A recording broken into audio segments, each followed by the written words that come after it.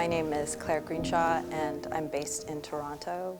I'm focused on drawing, mainly works on paper and also expanded drawing practices that involve participatory drawings like this one, and works on walls. I think that the virtual permeates so much of our lives and so much of our encounter with images. I think there's something really unique and still meaningful about creating images in a sort of rudimentary way, like working with a drawing tool like a pencil as a sort of different kind of like focused attention and slow looking, which is, I would say, apart from a lot of the way that, I don't know, I mindlessly scroll through the internet, for example.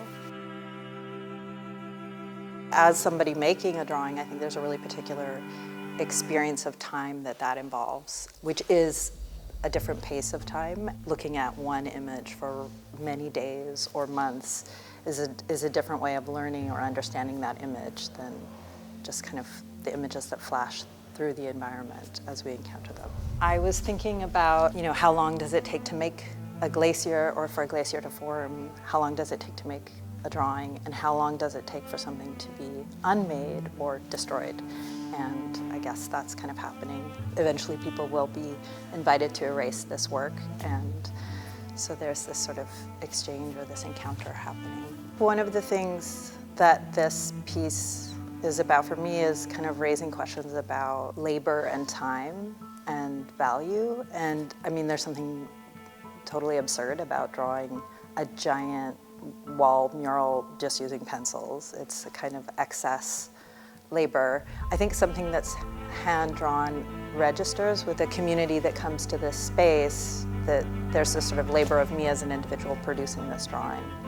And then there's the interaction with the drawing, which is like many hands invited into the work. This work addresses climate change. This is an image of the Thwaites Glacier, which is also known as the Doomsday Glacier. It's one of the largest and most vulnerable glaciers in Antarctica, and its rate of melt is something that is being studied because it will impact sea level rise, and I believe it's understood as a kind of important ecological tipping point. Personally, I feel a lot of grief about climate change, and I think a lot of people do. It's a difficult issue, and it's really hard sometimes to kind of hold it in your mind or really fully imagine it, because the scale of it is so vast. And I think that erasing this image in community is maybe a way of kind of having a space for collective grieving about that, or just a kind of confrontation with or contemplation of impermanence and loss and change. And also I think it's meant to be kind of humorous. I hope people don't just